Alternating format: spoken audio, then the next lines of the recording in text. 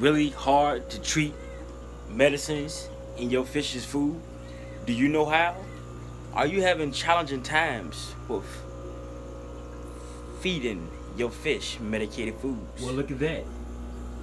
Let's go ahead and feed some medicated food, or prepare some medicated food the easy way, the cheating way, the sleazy way. Go ahead and grab some food, put on this plate right here.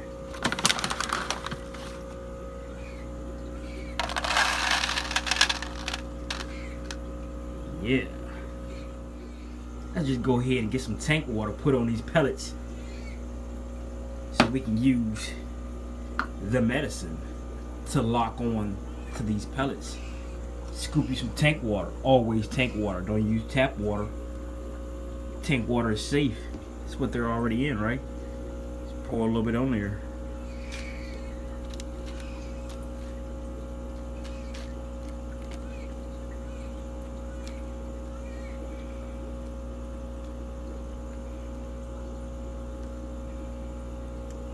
Your pellets are wet now.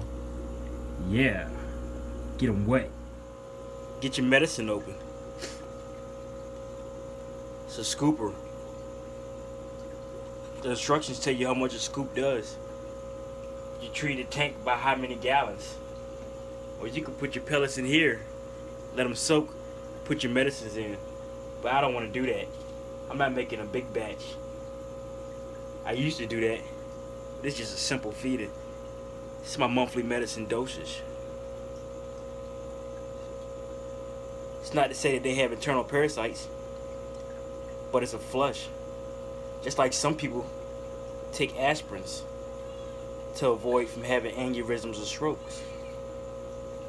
Doing it too much, can it weaken their immune system? Maybe. Will this stuff work? My fish are living. How often do I do it? Once a month. I never have a bloat problem. Why?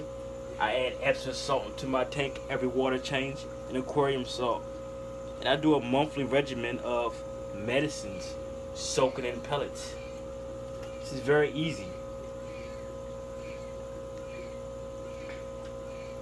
Why would you do this? Maybe you see a fish having phlegmy, clear mucus poop, the lining of their belly. It's good to catch it before they're not eating, to get the medicines in. If they're not eating, it's okay. Just go ahead and use a pipette and put it behind their throat. Put it behind their gills. So there we have it. Soaking pellets with Metro. So I just put a little water. See, Metro is all spread evenly around on the pellets. This is not ready for eating. This will sit here. You'll see when it dries, and we'll feed it together. It's just a precaution. Sorry if you're against it, but it's a proven factor for my tank. It's my regimen. It's how all my babies live. A lot of people might lose fish, bloat, those measures, which is unavoidable inside of the hobby with keeping fish. Stress. Here I see in the tank, maybe a fish is being bullied. Maybe a fish just didn't adjust well to a last water change. Maybe a fish was bought, came in sick. We don't know these things. What I do, I'm a preventative type of guy. Like, if you don't want an STD when having sex, wear a condom. Preventative saves lives. Yickadee. Thanks for watching, you guys. I'm out. Now let's go ahead and move on to tip 2. So tip 2 is this right here. How do I give babies? How do I give fry? Pretty simple. Maintain good water parameters and water quality. So you want your water to be clean and clear from debris, and you want your ammonia, your nitrates, and your nitrite to be perfect without a hit, meaning 0 around the board. You want everything to be perfect, and your fish will color up and they will breed and look good. So what we're aiming for right now in this project here is this male Fossorochromis here. We want to breed with these 2 females here. So we're doing water change every day of 20% to keep that water column beautiful. tip number 2 is basic. 2 tips in this. How to keep your fish healthy from not having parasites or health issues. It's simple. Clean, clear water with good water parameters will help you have babies if you was into breeding. And it'll also help you have, and to add on to that, a good side tip with good health and water changes, of course. But do you see the water pushing in the aquarium?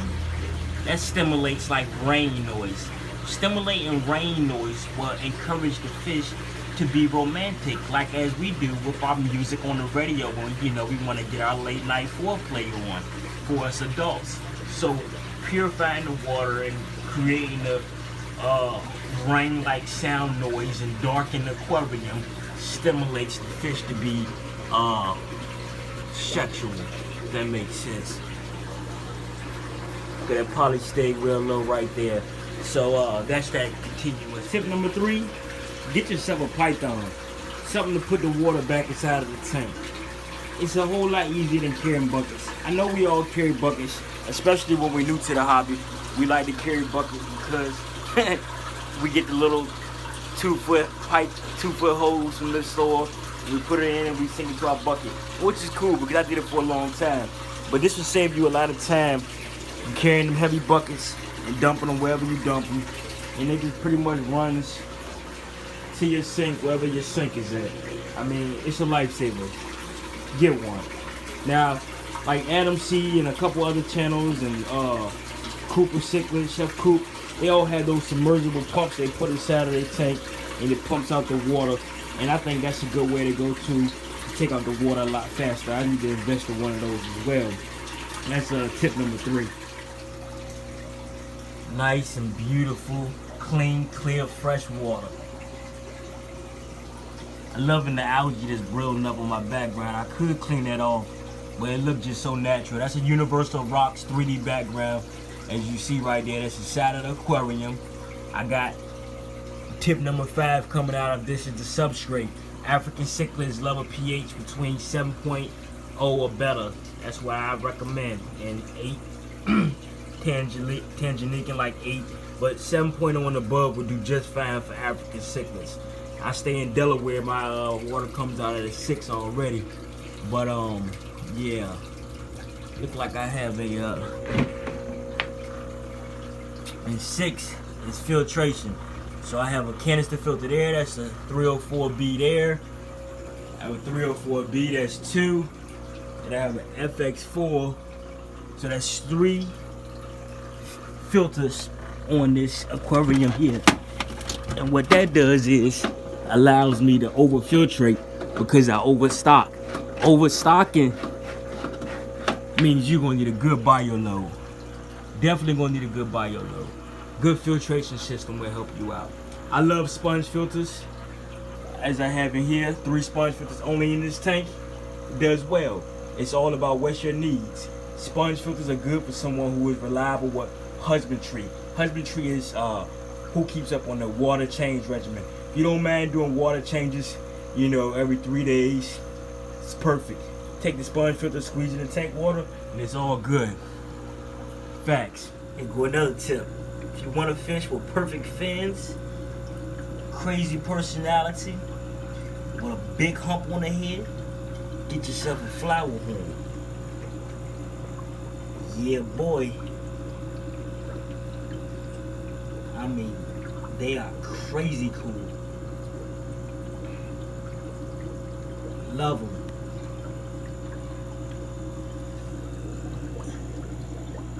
Yeah. Could clean his tank. But that's perfect fins right there. Nobody could bother him. It's a showfish.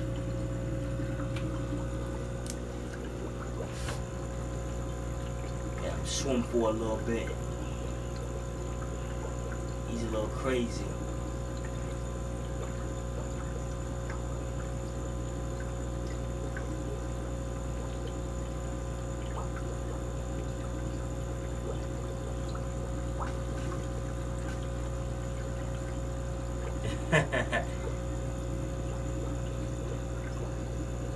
Beautiful.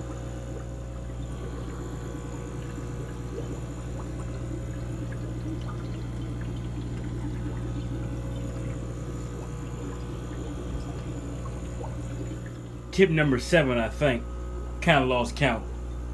Go ahead and get you an API freshwater test kit. That way you can check your water parameters. I usually don't check my water parameters, but I'm really getting anxious for some babies now. I want some Fossorochromis Rostratus babies. So what I'm going to do is make sure my water is tip top by facts and not guessing. I use my little pipette, squeeze it, put it in the valves, let it stop to right there where the line is at, and then I read the instructions for whatever the valve is telling me to do going forward, whatever the bottle is telling me to do. That blooper, I'm not going to edit. Tip number 8, denitrate. Love it. Denitrate belongs to this bottle right here. Nitrate. Your nitrates is something very funny that can fluctuate at any time in any aquarium. I don't care how long or established that aquarium is. More or less, going through the nitrogen cycle is funny because it'll be not even showing, and then it'll show, and that's when you know your nitrogen cycle is in completion. Now your ppms on your nitrate can go all the way up. I done seen it at 80 before, but you would like to keep that at 40 and below.